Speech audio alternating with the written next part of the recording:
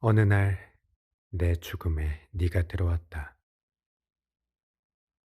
어떤 소녀의 자살을 방해하고 있다. 그 소녀는 자살하고 싶어 한다. 그 소녀는 언제나 혼자다.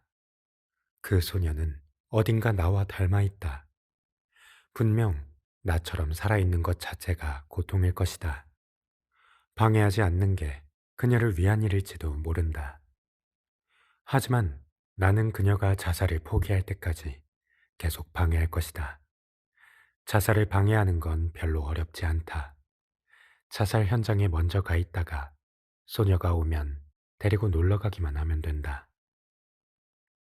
제1장 죽고 싶어 하는 소녀. 그날은 너무나 화창했다. 하늘이 놀랄 만큼 푸르렀다. 만약 스스로 죽을 날을 정할 수 있다면 나는 이런 날을 선택하겠다. 4월의 어느 날 나는 아침부터 역 플랫폼에서 누군가를 기다리고 있다. 상행선 전철의 뒤쪽 방향 벤치에 앉아 하품을 하며 스마트폰을 들여다보고 있다. 신주쿠역에서 서쪽으로 1시간가량 떨어진 역이라 도내라고는 해도 꽤 외진 곳이다. 상행열차와 하행열차를 같은 곳에서 타는 섬식 플랫폼 하나에 개찰구도 한 군데뿐인 역이다. 급행열차는 정차하지 않고 통과하며 타고 내릴 때는 직접 버튼을 눌러야 문이 열린다. 이런 자그마한 역이지만 출퇴근 시간대에는 도심행 전철을 타려는 회사원과 학생들로 꽤 북적거린다. 눈앞에 있는 중학생 무리가 시끄럽게 굴어 신경에 거슬린다. 그 옆에선 몹시 화려하고 짙게 화장한 여고생들이 귀가 따가울 만큼 큰 소리로 떠들어대고 있다. 게다가 고등학생 커플이 풋풋함을 과시하듯 청춘을 마음껏 즐기고 있다. 나는 그들에게서 시선을 거두어 고개를 숙이고 가만히 한숨을 내쉬었다. 눈앞에 깔린 인생의 레일을 순조롭게 걷고 있는 그들이 눈부셔 보였다. 젊음이 눈부시다는 의미가 아니다. 그들에게 질투가 나서 못 견디겠다는 말이 더 정확하다. 고등학교 시절의 나와 눈앞에 있는 그들은 하늘과 땅만큼 다르다. 나의 학창 시절은 비참했다. 여자친구는커녕 친구라고 부를 만한 존재조차 없었다. 딱히 좋아서 혼자 다녔던 건 아니다. 다만 누군가와 친해질 마음이 도통 들지 않았다. 이런 청춘 콤플렉스가 굳이 만들어낸 정도라면 어떻게든 구원의 여지가 있었을지 모른다. 하지만 회사원들을 봐도 한숨이 나오기는 마찬가지였다.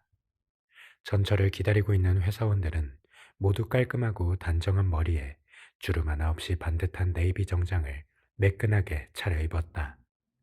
그들의 등에서는 사회인 특유의 기품이 느껴졌다. 그에 비해 나는 어떤가? 마구 자라 부스스한 머리, 꾸깃꾸깃한 검은 셔츠에 무릎 언저리가 허옇게 바랜 감색 청바지, 고등학교 입학 때 산 낡아 빠진 검정 운동화.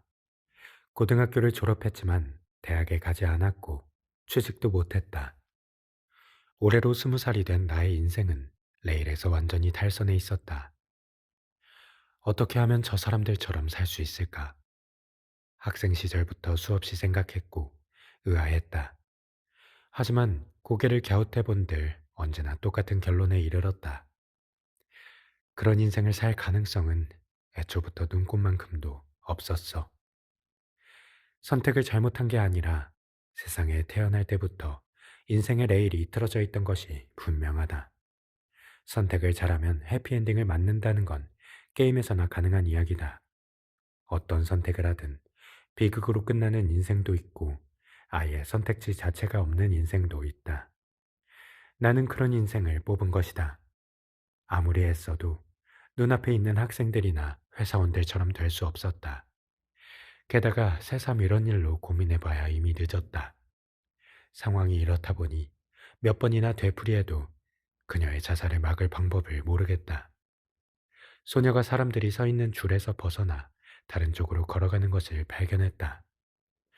어떻게 해야 자살을 포기할까? 플랫폼을 걸어가는 한 소녀를 눈으로 쫓으며 생각한다. 왜 저런 곳을 걸어가는 걸까? 그 이유를 나는 알고 있다. 그녀가 멈춰선 곳은 플랫폼 맨 끝, 상행 열차가 들어오는 방향이다. 선로로 뛰어들어 자살하기에 가장 적당한 위치라고 할 수 있다. 아무리 그렇다 해도 이제 곧 그녀가 열차가 들어오는 선로로 뛰어들 거라고 예상하는 사람은 아무도 없을 것이다. 하지만 나는 알고 있다.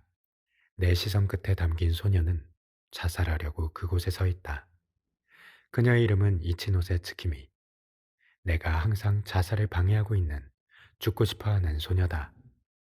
중학교 3학년생인 그녀는 윤기 나는 검은 머리카락을 등까지 늘어뜨리고 있고 또래 여학생들에 비해 키가 크다. 하지만 가냘픈 몸매와 투명해 보이는 하얀 피부는 손대면 부서질 듯 위태로움이 느껴진다. 반듯한 얼굴은 언뜻 어른스러워 보이지만 군데군데 아이 같은 모습이 남아있다. 외모만 보자면 그림을 그린 듯이 예쁜 소녀로 반에서도 인기가 많을 것 같다. 한마디로 자살과 전혀 어울리지 않는 아이다. 그렇게 자살과는 거리가 멀어 보이는 그녀가 오늘 이 자리에서 자살한다. 그리고 나는 그녀를 방해하기 위해 아침부터 이곳에 와 있다. 이치노세는 언제나 사복 차림이다. 교복 입은 모습을 본 적이 없다. 흰색 카디건에 민소매 티셔츠와 옅은 핑크빛 롱스커트. 마음에 드는 옷차림인지 자살할 때 늘 비슷한 옷을 입고 있다. 덕분에 그녀를 찾아내기가 무척 쉽다. 이치노세를 지켜보고 있는데 곧 급행열차가 통과한다는 안내방송이 나온다. 7시 15분. 이거다. 그녀는 이제 들어오는 열차 앞으로 뛰어들어 자살한다. 역내 전광판에 열차가 통과합니다. 주의하십시오. 라는 안내 문구가 뜨는 걸 보고 벤치에서 일어섰다. 이치노세에게 들키지 않도록 조심하며 등 뒤로 다가갔다. 그녀는 역으로 들어오는 열차를 바라보느라 내가 다가가는 기척을 알아차리지 못한 모양이다. 나와 이치노세를 제외하고 플랫폼 위에 있는 모든 사람들에게는 아무런 변화가 없다. 조금 전 흘러나온 안내방송을 귀 기울여 들은 사람은 우리뿐일지도 모른다. 열차가 플랫폼 안으로 들어오는 소리가 점점 커진다. 선로 쪽으로 걸어가는 그녀의 뒤를 쫓아갔다. 기회는 단 한 번. 실패는 용납되지 않는다. 걸음을 재촉해 그녀의 거리를 좁혀갔다. 열차가 홈으로 들어오기 직전 이치노세가 노란색 선을 넘었다. 그 순간 커다란 경적 소리가 울렸다. 반사적으로 귀를 막고 싶었다. 경적 소리에 사람들의 대화가 끊기며 전철 외에는 시간이 멈춘 듯 했다. 전철이 굉음을 울리며 맹렬한 속도로 눈앞을 지나갔다. 그 바람의 힘에 이치노세의 긴 머리카락이 허공으로 흩날렸다. 눈 깜짝할 사이에 열차가 지나가고 굉음 또한 멀어져 갔다. 이치노세는 천천히 뒤돌아 자신의 팔을 잡고 있는 손을 더듬더니 나를 쳐다보았다. 내 얼굴을 확인한 이치노세의 표정이 무척 못마땅해 보였다. 굉음이 멀어져 가자 시간이 다시 움직이기 시작한 듯 플랫폼 위에서 사람들의 대화가 살아났다. 나 너무 놀랐어. 뭘 그리 쫄고 그러냐? 웅성거리는 중학생 무리. 뭐야, 뭐야? 자살? 이라며 호들갑스럽게 떠드는 여고생들의 대화가 여기저기서 들려왔다. 나는 그들의 목소리와 시선을 무시하고 진짜 위험했어 라고 나무라듯 말했다. 내게 팔을 잡힌 채로 이치노세가 입을 열었다. 곧 죽을 수 있었는데. 이치노세는 팔을 붙잡힌 채 삐친 듯이 말했다. 아니, 분명 삐쳐 있다.